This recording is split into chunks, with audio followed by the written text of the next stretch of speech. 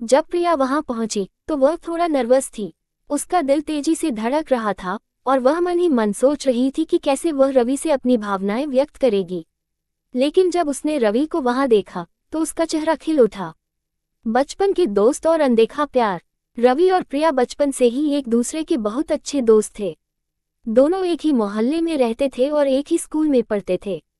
उनके परिवार भी एक दूसरे के करीब थे, इस कारण दोनों का ज्यादा समय एक साथ ही बीतता था।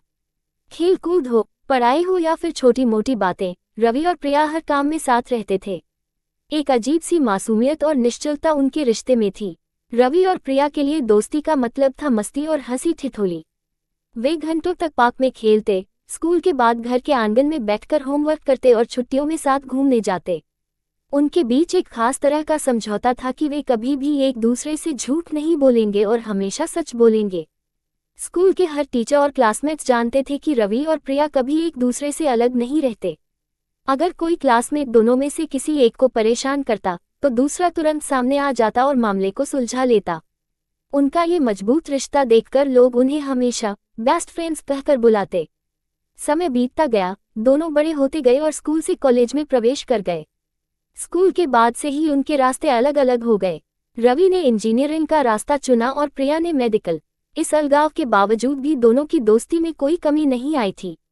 वे एक दूसरे से फोन पर बात करते, छुट्टियों में मिलते और पुरानी यादों को ताज़ा करते रहते थे। लेकिन इस बीच एक बदलाव धीरे धीरे प्रिया के दिल में हो रहा था, जो उसे खुद भी नहीं पता था।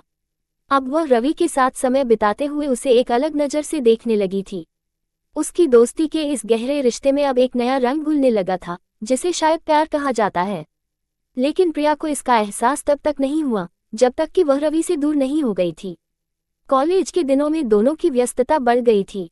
रवि की इंजीनियरिंग की पढ़ाई और प्रोजेक्ट्स उसे इतना व्यस्त रखते थे कि वह प्रिया से अब उतना बात नहीं कर पाता था।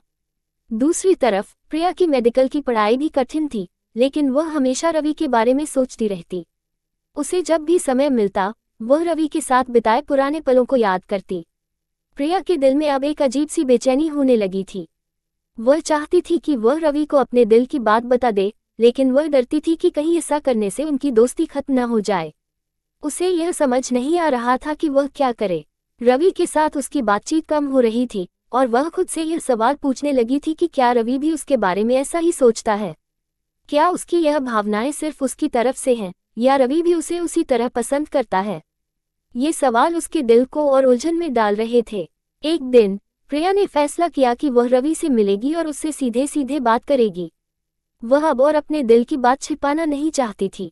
उसने रवि को फोन किया और उससे मिलने का समय तय किया। रवि ने खुशी खुशी हाँ कह दिया, क्योंकि वह भी अपने पुराने दोस्त से मिलने के लिए उत्सुक था।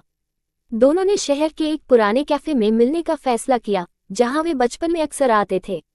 जब प्रिया वहां पहुंची तो वह थोड़ा नर्वस थी। उसका दिल तेजी से धड़क रहा था और वह मन ही मन सोच रही थी कि कैसे वह रवि से अपनी भावनाएं व्यक्त करेगी। लेकिन जब उसने रवि को वहां देखा तो उसका चेहरा खिल उठा। रवि हमेशा की तरह हंसमुख और खुशमिजाज था। रवि ने आते ही प्रिया को गले लगाया। प्रिया ने भी कसके उसका साथ दिया। रवि उसकी पुरानी आदतें बिल्कुल नहीं बदली थी। दोनों ने पुरानी यादों को ताज़ा करते हुए घंटों तक बातें की। उनके बीच का ये लंबा अंतराल जैसे पलों में गायब हो गया था। जब बातें खत्म हुई तो प्रिया ने हिम्मत जुटाकर रवि से कहा, रवि, मैं तुमसे कुछ कहना चाहती हूँ। रवि ने उसके चेहरे की ओर देखा और हल्के से मुस्कुराते हुए कहा, क्या बात है प्रिया? तुम इतनी गंभीर क्यों लग रही हो?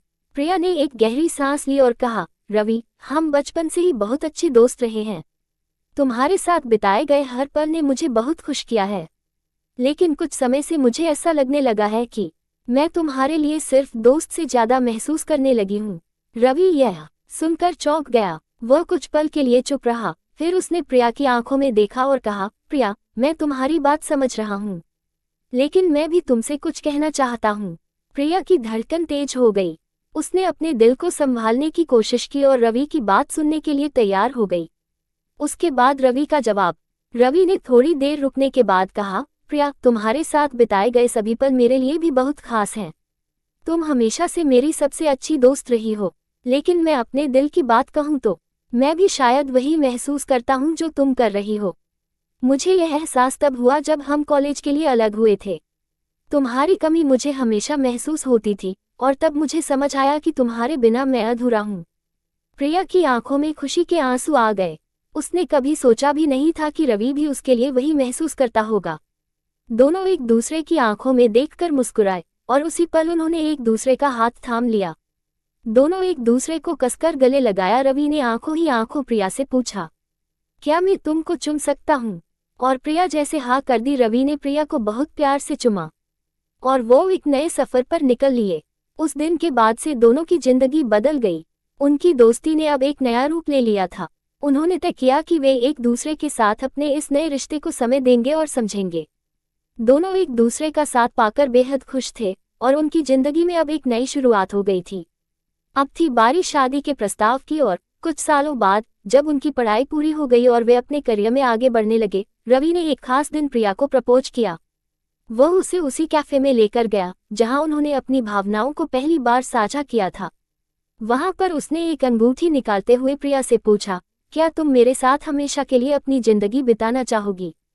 प्रिया की आंखों में खुशी के आंसू आ गए और उसने मुस्कुराते हुए कहा, हाँ रवि, मैं हमेशा से यही चाहती थी। दोनों ने एक दूसरे को गले लगाया और उनकी जिंदगी में एक नई शुरुआत हुई।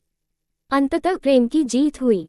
रवि और प्रिया की यह कहानी सिर्फ एक साधारण प्रेम कहानी नहीं थी। यह एक दोस्ती की कहानी थी जो धीरे धीरे प्यार में बदल गई।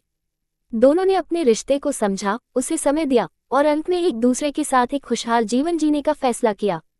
उनकी कहानी यह सिखाती है कि सच्चे प्यार का आधार हमेशा दोस्ती ही होती है। जब दो लोग एक दूसरे को अच्छे से समझते हैं और एक दूसरे का साथ देते हैं, तब प्यार का बीज खिलता है और एक मजबूत रिश्ते में बदल जाता है। रवि और प्रिया की जिंदगी में अब कोई उलझन नहीं थी। उनके पास एक दूसरे का साथ था और यही सबसे बड़ी खुशी थी।